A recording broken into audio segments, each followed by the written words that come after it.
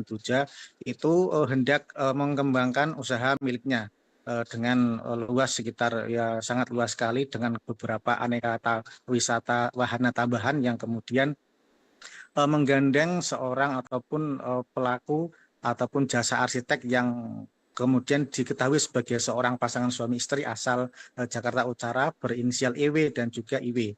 Yang kemudian dari korban itu percaya saja karena memang waktu presentasi itu antara korban dan juga pelaku itu sangat intens sekali. Artinya memang pelaku saat menawarkan jasa arsitek itu sangat meyakinkan sekali karena pelaku mengklaim itu juga sebelumnya telah membuat grand design atau jasa arsitek untuk pengembangan wisata di Dusun Semilir, begitu. Oke, baik. Sejauh ini apa modus yang digunakan oleh pelaku dan berapa banyak total kerugian yang dialami oleh korban?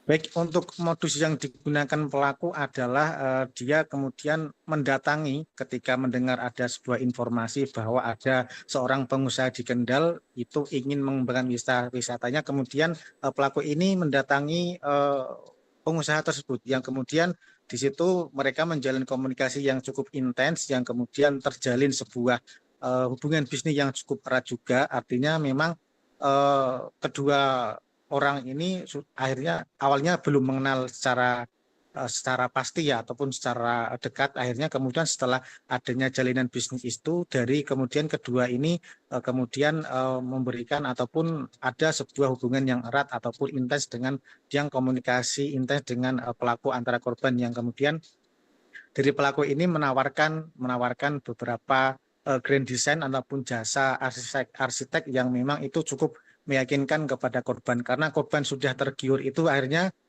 korban percaya saja kepada pelaku yang kemudian dari korban itu memang waktu itu tidak ada ya itikat adanya perjanjian hitam di atas putih ataupun perjanjian secara tulis bahwa nanti proyeknya seperti apa dan progresnya seperti apa karena memang setelah adanya proses itu berlangsung kemudian korban itu ternyata hanya diberikan gambar-gambar saja ataupun video secara parsial, itu pun hanya diberikan melalui pesan aplikasi WhatsApp.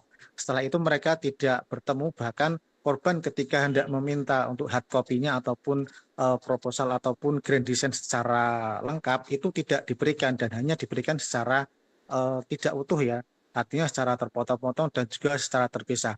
Dan akibat kasus ini korban mengalami kerugian sekitar kurang lebih 2 miliar ya, 2 miliar itu ya sudah termasuk jasa desain dan juga pengembangan usaha lain karena memang dari jasa yang dijajakan itu ada sekitar kurang lebih sekitar tiga total desain wisata yang akan dikembangkan, namun baru satu yang berjalan, namun hal itu juga belum maksimal, artinya sampai saat ini pun korban belum mendapatkan apa yang menjadi haknya, begitu.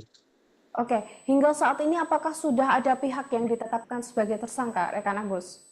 Baik, perlu kami sampaikan via dan juga pemirsa bahwa untuk tersangka memang saat ini sudah ditetapkan yakni IW dan juga EW. Namun dari Polres Kendal itu belum menahan mereka. Kami belum mengetahui alasan pasti kenapa tersangka ini belum dilakukan penahanan. Kami tadi sudah meminta konfirmasi kepada Kasat Reskrim Polres Kendal AKP Bundan Wicaksono, namun jawaban dari Pak Kasat juga belum begitu memuaskan. Jawabannya hanya sebatas normatif dan masih berproses. Kami kemudian coba mengulik untuk lebih lanjut ke Humas ya. Dari Humas juga jawabannya hampir sama.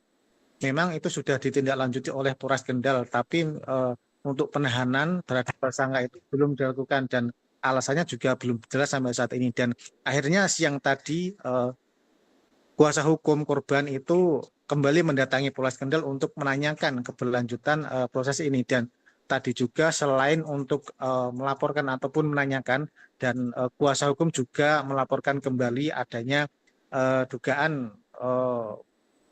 dugaan fiktif ataupun dugaan adanya pengurangan dana ataupun pengurangan dana dari pelaku kepada korban itu sekitar 270 juta. Ya, jadi ada dua laporan lagi yang disampaikan adalah penggelapan dana sekitar 270 juta yang dilakukan oleh pelaku, dan saat ini juga belum ada penetapan tersangka. Padahal laporan itu sudah disampaikan sekitar 2024 dan sampai tahun 2026 ini juga belum ada penahanan terhadap tersangka meskipun sudah ada ditetapkan.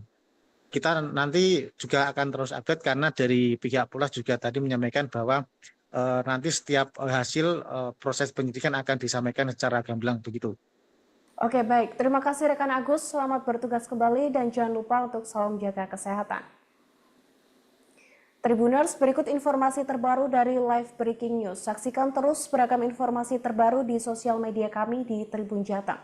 Saya Alivia mewakili kru yang bertugas, izin pamit undur diri. Sampai jumpa dan selamat menjalankan ibadah puasa bagi yang menjalankannya.